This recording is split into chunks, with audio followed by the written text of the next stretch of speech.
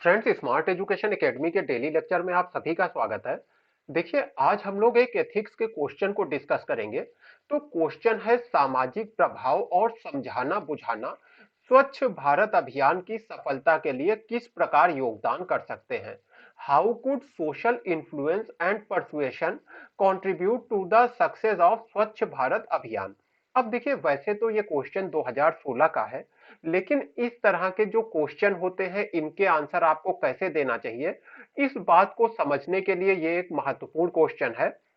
देखिए, यहाँ पर एक तो वर्ड यूज हुआ है सोशल इन्फ्लुएंस, यानी कि सामाजिक प्रभाव, और दूसरा वर्ड यूज हुआ है परसुएशन, यानी समझाना बुझाना। देखिए, परसुएशन का ओरिजिनली मतलब होता है, जो इसका एक सेंस निकलता है, कि लोगों के जो वर्तमान में विश्वास है उनमें परिवर्तन लाना, जो वर्तमान में लोगों की धारणा है, विश्वास है, उसमें परिवर्तन लाना। तो यही कहा जा रहा है कि सामाजिक प्रभाव और इसके साथ में समझाना बुझाना, ये जो है स्वच्छ भारत अभियान को सफल बनाने में किस तरह से योगदान दे सकते हैं। अब देखिए, ये एक बहुत ही सिंपल क्वेश्चन है, और इसीलिए ये क्वेश्चन चैलेंजिंग हो जाता है, क्योंकि देखिए क्वेश्चन सिंपल है, हर कोई आंसर लिखेगा।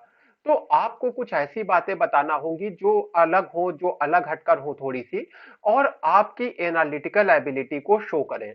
अब देखिए, यहाँ पर हम सभी ने कुछ ना कुछ ज्ञान लिया है, हम सभी अलग अलग बुक्स को पढ़ते रहते हैं, अलग अलग जगह से ज्ञान लेते रहते हैं।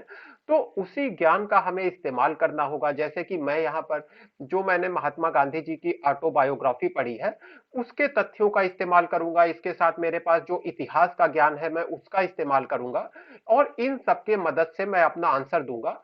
अब देखिए, जरूरी नहीं है कि जिन तथ्यों का इस्तेमाल मैं कर रहा हूं उन्हीं तथ्यों का आप इस्तेमाल करें, लेकिन जो भी आपके तथ्य हैं वो थोड़े से अच्छे होना चाहिए, कहीं से आपने पढ़े हैं, कुछ एकेडमिक नॉलेज है आपकी, उन तथ्यों के ऊपर आपको अपना आंसर लिखना चाहिए। क्योंकि जैसा कि मैंने कहा, इसका आंसर हर कोई लिख सकता है। अगर आप किसी 10th के स्टूडेंट के पास चले जाएं तो वो भी इसका आंसर लिख के दे देगा। तो ऐसे में जाहिर सी बात है, जो एक सिविल सर्विस का स्टूडेंट है उसको कुछ विशेष रूप से अपने आंसर को प्रेजेंट करना होगा। तो देखिए, समझते हैं। पहला सब शब्द है सामाजिक प्रभाव। देखिए, सामाजिक प्रभाव हमारे जीवन में क्या भूमिका निभाता है, पहले ये चीज हमें समझ में आना चाहिए।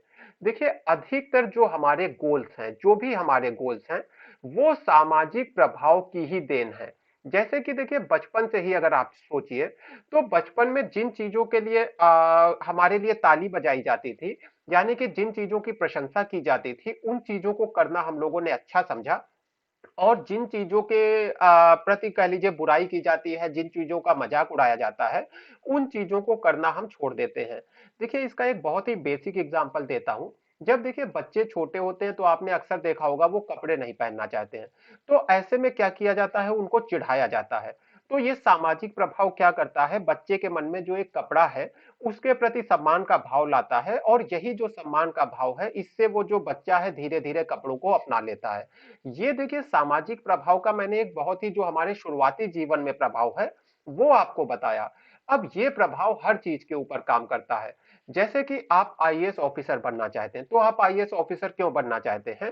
जाहिर सी बात है कि समाज में आपका एक स्थान होगा, समाज में आपका एक कंट्रीब्यूशन होगा, और लोग जब आपको आप लोग जब आपको देखेंगे तो वो इसी नजर से देखेंगे कि आप समाज में एक स्थान रखते हैं, समाज में कुछ कंट्रीब्यूशन कर रहे हैं।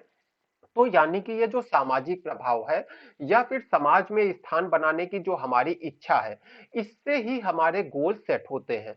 अब देखिए, क्या है कि अगर यही सामाजिक प्रभाव हम लोग स्वच्छ भारत अभियान से जोड़ दें, यानी कि मान लीजिए कोई व्यक्ति है जो रोड पर कूड़ा फेंकता है, और जो समाज है उसको बहुत ही बुरी दृष्टि से देखता है, ऐसा मानता है कि ये असभ्य व्यक्ति है।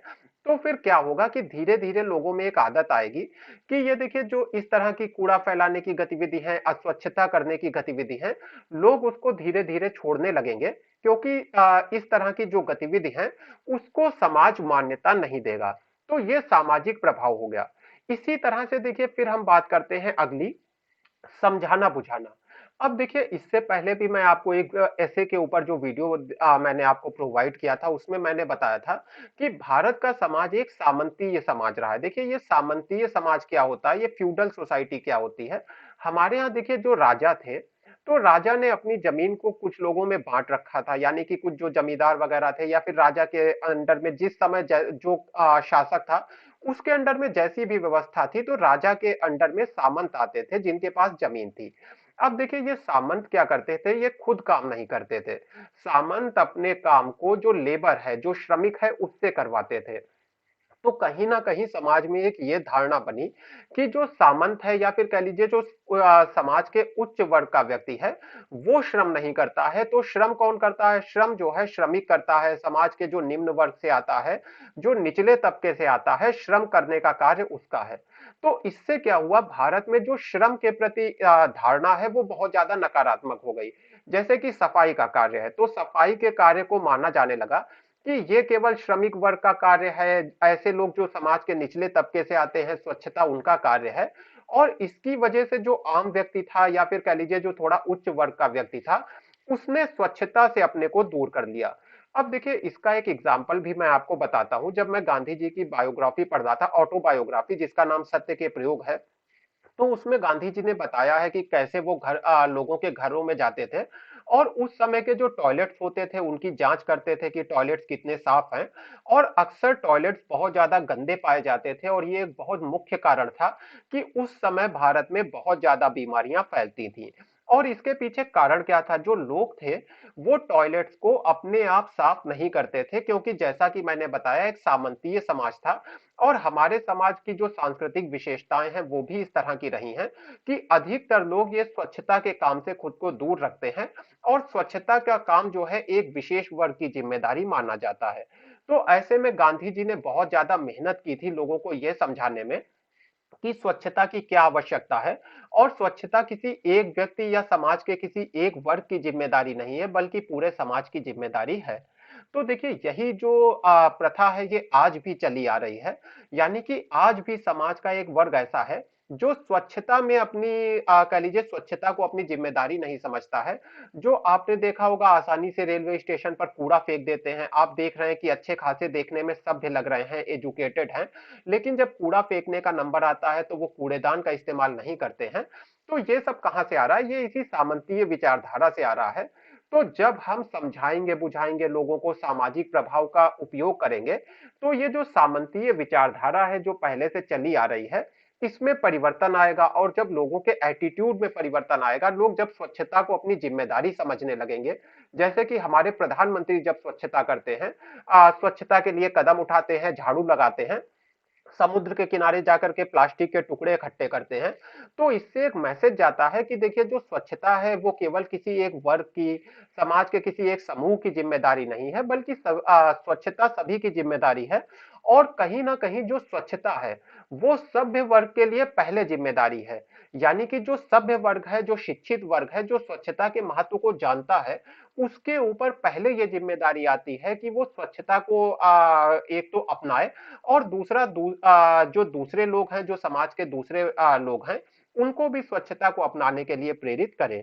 तो अब देखिए इस तरह से जब आप अपनी एनालिसिस करते हैं, तो इसमें आपने हिस्ट्री की बातें कर दी, जैसे सामंतीय समाज की बात कर दी, आपने थोड़ी सी साइकोलॉजी की बात कर दी, यानी कि जो आपका मनोविज्ञान है इसकी बात कर दी। इसके साथ ही आपने जो गांधी जी का अनुभव रहा है, जो इतिहास की घटना है, इसकी भी बात कर दी। और इससे क्या हुआ कि आपकी जो एनालिटिकल एबिलिटी है इसकी वजह से आपका जो आंसर है वो दूसरों से थोड़ा अलग हो जाता है, या एटलीस्ट एग्जामिनर ये समझ जाता है कि आपके अंदर एक एनालिटिकल पावर है कि आप अलग अलग चीजों को एक साथ ला करके और एक अच्छा आंसर, एक अच्छी प्रेजेंटेशन दे सके।